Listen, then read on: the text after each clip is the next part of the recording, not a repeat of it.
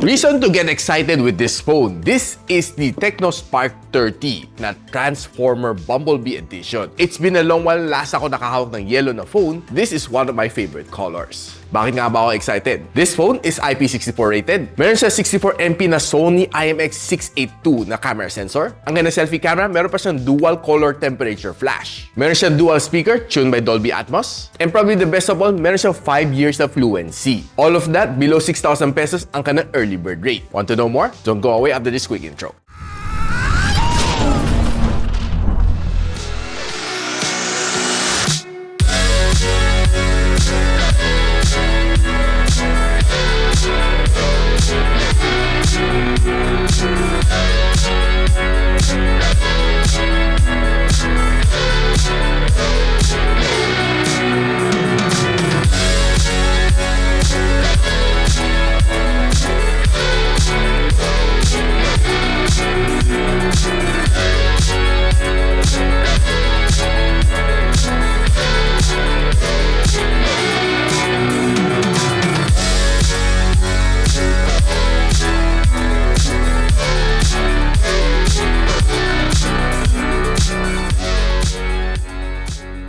Now guys, itong Tecno Spark 30 na Bumblebee Edition na may 8+8 gigs of RAM and 256 GB of storage would be priced at 6,999. But ang kanang early bird rate from November 5 to 11, it will be slashed down to 5,699. I'll be posting the link on the description box below kung saan mo siya pwede mabili.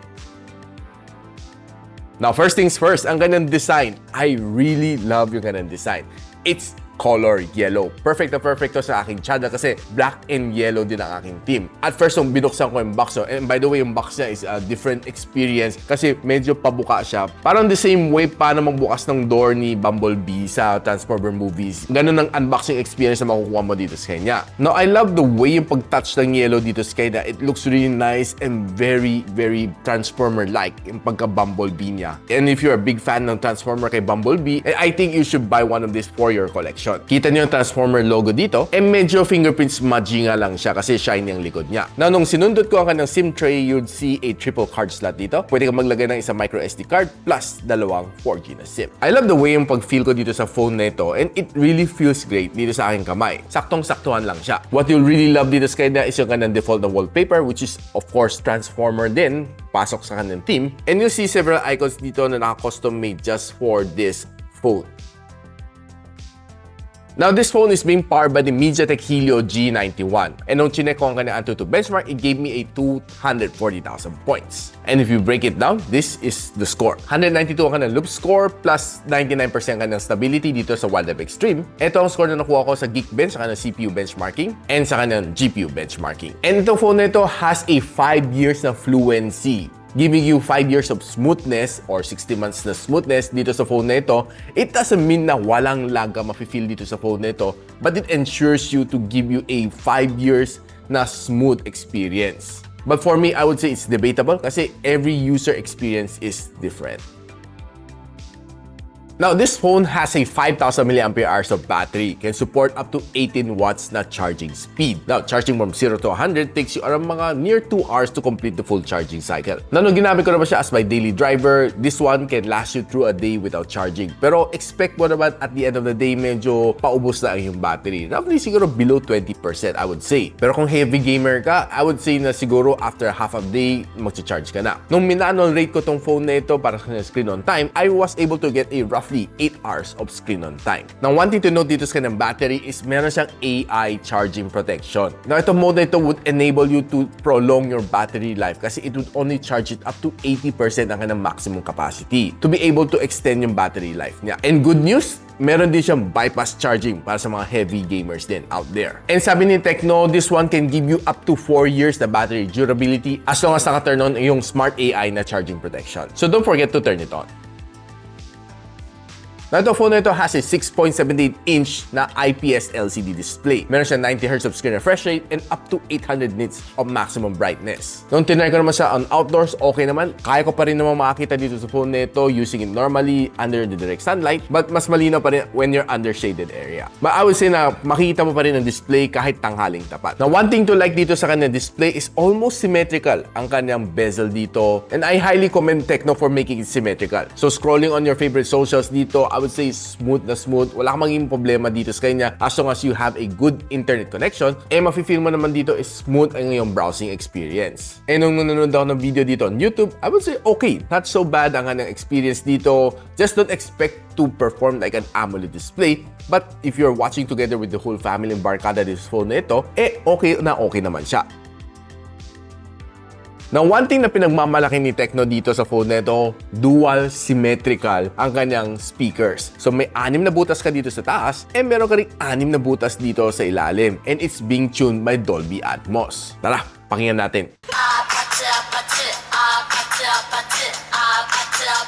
Uy, surprisingly, okay ang kanyang sounds. Chinek ko ang sound niya coming from the left and the right speakers, almost symmetrical siya. Hindi katulad ng mga ibang phones na siguro 3 butas sa taas and 6 butas sa ilalim. Ito, 6-6. So, balance ang kanyang sound if you're watching videos or you're listening to Spotify or just playing games, okay na okay siya.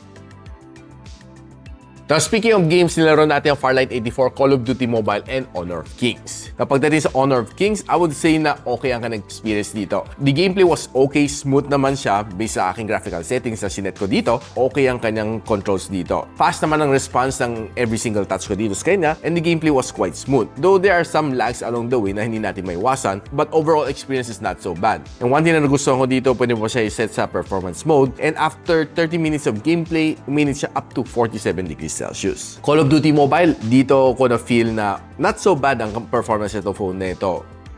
Playing for an hour na non-stop na VR matches dito to be able to rank up, I would personally say the experience is good. Yung kanyang controls is really smooth, and I would say na yung sounds na is probably one thing na nagustuhan ko dito sa kanya dahil okay, very balanced ang sound dito sa kanya, and quite loud daw if you're playing Call of Duty Mobile kasi marinig mo ang footstep coming from the left and right kahit wala kang headset. That's one thing na nagustuhan ko dito sa phone na ito. The graphics is okay and the gameplay was smooth, and after hour of gameplay, one thing na masasabi ko, mainit siya at 50 degrees Celsius. Moving on to Farlight 84, sinet natin sa kanyang lowest graphical settings na pwede kasi yun ang default na recommended settings para dito sa kanya. And the gameplay is just okay. Average, I wouldn't say na I get a good game experience dito sa Farlight 84 kasi alam naman natin G90 kung hanggang saan ang kaya nito. But to be able to play this game at the lowest graphical settings ng hindi masyadong lag, I would say not so bad na rin ang performance dito. After 30 minutes of gameplay, I would say that I would feel a lot of occasional lags along the way kasi alam naman natin ang capability nito. One thing to commend dito sa kanya is okay ang kanyang sound for this game, okay din ang kanyang controls, though there are times na parang nafe-feel ko na naiiwan ako kasi dahil sa lags. And after 30 minutes of gameplay, I would say mainit din siya at 47 degrees Celsius. Now, pag-usapan na natin ang camera nito phone na ito. This one has a 64MP na Sony IMX682 na sensor. Meron din siya auxiliary lens na kasama dito. Plus, meron din siya 4 na LED flash. Huwag mo siya pagkamalan ng ring light dahil this is 4 LED flash. Hindi siya naka-diffuse. Ang kanyang harap is a 13MP na front-facing shooter. And one thing to like dito sa kanya is meron siyang dual tone na LED flash. Pwede mo siya ilaro between white or warm ang kanyang ilaw. So, perfect na perfect to. Depending sa yung situation, you can use between warm or white light. Now guys, simulan muna natin ang ating camera analysis with some outdoor shot. Taking a look at this simple shot, I was surprised na, not so bad. Marami ako nakuhang details dito sa mga bato na to. Just a simple shot and got a lot of details, and this is probably one with good shots na nakuha ko on outdoors. Kita natin itong flower na ito. Parang ang ganda ng kanyang colors, no? Well, I would say na it's a little bit saturated. Medyo na-enhance ka ng color to the point na parang, ang smooth sa aking mata. Even itong mga green set of pansin ko, medyo may pagka-natural pa rin sa kanya, even though that it's a little bit saturated. And taking a look at some of these flowers, I would say na looks really nice yung kanyang pagka-capture. Now, since it's Christmas season and tinry naman natin on indoor, makita natin okay naman mga shots na nakuha ko dito. It's a little bit soft. Yeah, I would agree na some of these shots na nakuha natin on indoor kasi medyo low light. But, well, kung hindi mo naman siya zoom, I would say na it's not so bad, no? Pag zoom mo, makita mo it's a little bit soft. But given na pag maganda yung light is, makakuha ka namang some good shots naman from this camera. And further looking at some of these low light shot, I would say na not the best but not so bad ang ganang camera. It was able to perform on low light, pero pag zoom in mo talaga, mapapansin mo it's a little bit soft. And taking a look at this shot, this is a normal shot.